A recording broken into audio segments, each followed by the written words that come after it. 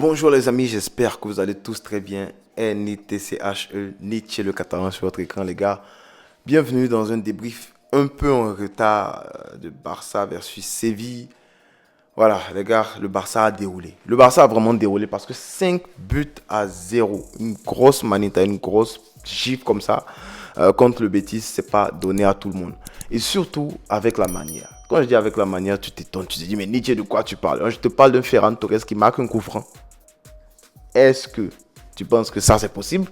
Oui, c'est possible. Je te parle d'un but qui était tout fait de la part de comment il s'appelle, Joao Félix. Un but qui était, voilà, une passe du défenseur qui vient. Je te parle d'un Xavi qui a aligné aujourd'hui 3 attaquants. Et ces 3 attaquants, ils ont marqué. Donc voilà, on parle de ce match-là dans le débrief. Let's go. Julius Prediction.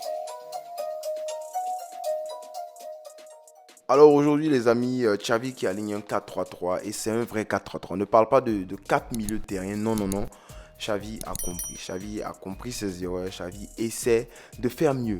Et faire mieux aujourd'hui, il a aligné Ferran Torres à droite qui a été récompensé. Ferran Torres a été vraiment récompensé parce qu'il a fait de très bons matchs, de très belles entrées en pré-saison et dans les premiers matchs. Il a très bien joué. Lewandowski qui aujourd'hui qui a été bien dans les touches, bon, disons aujourd'hui, mais hier, qui était bien dans les touches, dans les remises et tout. Il a joué pour les autres et ça a fonctionné. Et puis tu as Joao Félix qui, franchement, ce petit-là, il est étonnant. Parce que aujourd'hui, hier, le match qu'il a joué, ça te donne l'impression que ce gars, il est fait pour cette position-là. Il est fait pour ce Barça-là, en fait. Derrière, tu avais Cancelo, Jules Koundé, qui est exceptionnel actuellement. Et puis, tu as Christensen qui a joué en centrale avec Jules Koundé. Et puis, Baldé de l'autre côté. Le match de Cancelo, les gars, il faut qu'on en parle. Parce que ce Joao-là, c'est le latéral dont le Barça avait besoin depuis longtemps. L'un des meilleurs latéraux, si ce n'est le meilleur latéral qui existe actuellement, bon, ou bien la saison dernière à City. On a vu il faisait de très très bonnes saisons. On parlait de ça, on a dit que Joao Cancelo, son apport au Barça, ça serait vraiment fantastique, surtout pour ce qu'il peut apporter au milieu terrain, mais surtout en attaque. Et aujourd'hui, Cancelo te sort une masterclass. Voilà, le but qu'il marque là. Les gars, même les attaquants du Barça, c'est compliqué pour eux de sortir des crochets comme ça et puis de venir placer le ballon pour aller embrasser le filet opposé. Franchement, Cancelo qui fait un excellent match. Et au milieu, j'ai apprécié le milieu aujourd'hui parce que tout était complémentaire. Tu avais un Gavi qui jouait en box-to-box-ish. On va dans les layers. Tu avais un Auriel Romeo qui a fait une très belle passe à comment il s'appelle, à Joao Félix, qui a monté son ballon et puis qui contourne le gardien, qui marque un but d'attaquant qui est en confiance. Tu vois même la célébration. Il se dit, mais de quoi vous parlez? C'est moi, Joao Félix. Il plante ce but-là sur une très bonne passe, sur un très très bon enchaînement voilà, Oriol Romeo. Puis voilà, lui qui est à la conclusion. Et puis tu as Frenkie de Jong qui est le maître à jouer, qui est comme d'habitude, qui est le box-to-box. Et franchement, le retour de Pedri ajouté à ce milieu-là, ça va être très beau. Gundogan qui est entré après. Mais tu te demandes, mais comment ça va fonctionner quand Pedri et Gundogan seront à 100%? Parce que Gundogan, c'était comme s'il avait une petite blessure en équipe nationale, mais on dit que non, il n'a pas eu de blessure et tout. Comment est-ce que ça va fonctionner? J'ai l'impression que Pedri et Gundogan, ils vont jouer la Ligue des Champions. C'est ce que je me dis. Et les autres, genre Aurel Romeo, Gavi et tout, ça sera plus la Ligue en rotation, des trucs comme ça. Mais ce qui me plaît, c'est que n'importe qui entre dans ce Barça-là apporte quelque chose. Et c'est ce qu'on voulait. Il y a Xavi qui change son système. Et je suis content parce que ça a fonctionné. Donc j'espère que Xavi va rester dans ce système-là.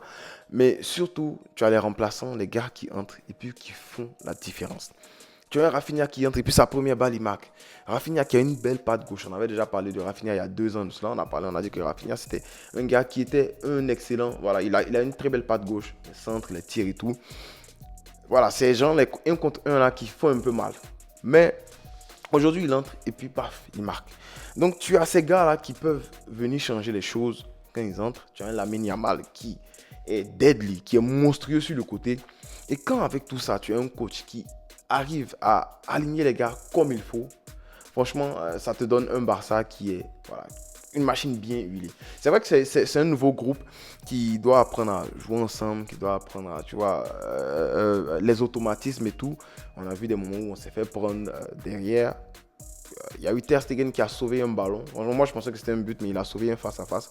Je crois que c'était en deuxième mi-temps.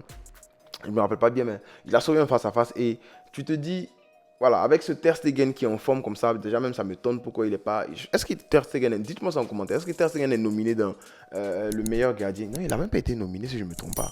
Voilà, donc tu as un Ter Stegen qui est en forme comme ça, ajouté à cette défense du Barça là qui aujourd'hui qui nous sort un clean sheet, mais avec la manière, avec des récupérations haut de Christensen, avec une bonne passe de Christensen vers Joao Félix, tu vois ce que je veux dire?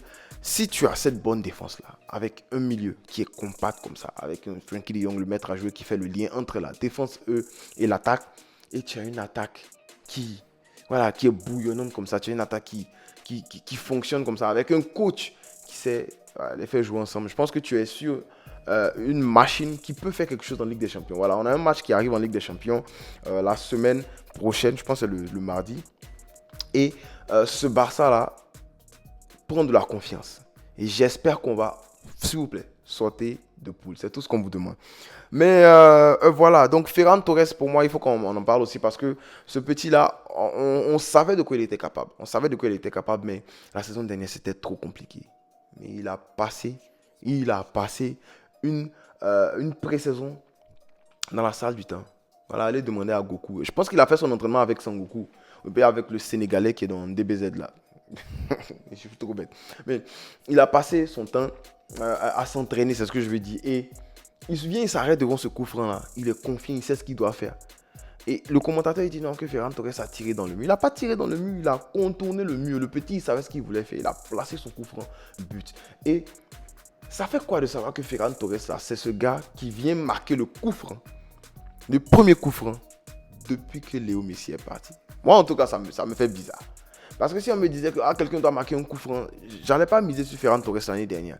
Mais ça te montre à quel point le mec, il a bossé. Voilà. J'espère que ça va continuer. J'espère qu'il sera épargné de toute blessure. Et puis voilà, j'espère qu'il va continuer à faire de très bons matchs comme ça, voilà, à provoquer les fautes et tout. Et puis voilà, il a été récompensé aujourd'hui par un très beau but. On a Robert Lewandowski aussi qui... Voilà, lui, c'était compliqué pour lui depuis l'année dernière. Depuis son retour de Coupe du Monde. Mais c'est en train de venir. C'est en train de venir. Déjà, Lewandowski à son âge, tu te demandes... Moi, je ne lui demande pas à ce que Lewandowski porte le Barça. Non, c'est toute l'équipe qui doit jouer pour que Lewandowski marque à son âge, à mon avis. Donc voilà, aujourd'hui, il fait un bon match dans l'ensemble. Il marque son but. Et puis voilà, c'est compliqué de te dire qui est l'homme du match. Parce que cette équipe, tout le monde a bien joué. Voilà, et j'aime bien ça. Moi, j'aime bien ça parce que tu peux ressortir. Tu peux dire que tout le monde est homme du match. Tu peux dire que Ter Stegen, son save là, ça nous a aidé. Tu peux dire que tu peux apprécier le match de Cancelo et dire que voilà, Cancelo, il est auteur d'un très beau but en tant que défenseur. Et puis, son apport au milieu, il est homme du match. Voilà. Et ça te montre à quel point si Xavi c'est aligner les mecs là comme il faut. Si Xavi sait faire les remplacements, on a vu faire des remplacements très rapides aujourd'hui lorsque le match était bouclé. Pourquoi? Moi, je pense que c'est pour... La Ligue des Champions, il veut montrer qu'il est compétitif. Donc, il ne veut pas flopper en Ligue des Champions. Donc, on a plié le match presque à la 80e minute et tout. Donc, je pense que non. À la 60e minute, on avait déjà plié le match. Il a décidé de faire des remplacements. Et pour moi, c'était intelligent parce que ça a été même des remplacements payants. Donc, j'espère voir ce Barça-là. C'est Antwerp si je ne me trompe pas. J'espère voir ce Barça là contre Antwerp et puis voilà, prendre 3 points. Si on peut marquer beaucoup de buts, au moins on est sûr de sortir premier de poule. Voilà, moi c'est tout le mal que je souhaite au Barça. Et puis voilà. Donc j'espère que vous avez aimé le débrief. Dites-moi en commentaire pour vous c'est qui l'homme du match. Je suis certain d'avoir oublié plein de choses dans ce match là. Mais voilà, il y avait tellement d'occasions, tellement d'actions qu'il fallait il faut que je survole. Je parle un peu de tout. Et de tout le monde. Donc voilà, dis-moi en commentaire c'est qui ton homme du match. Et puis dis-moi aussi, voilà, qu'est-ce que tu as pensé de la formation de Xavi. Est-ce que tu penses qu'il faut virer Xavi? Parce que j'ai vu des commentaires. Il faut virer Xavi. Non. Vous aussi, calmez-vous un peu. Un peu seulement, on doit virer Xavi. Voilà.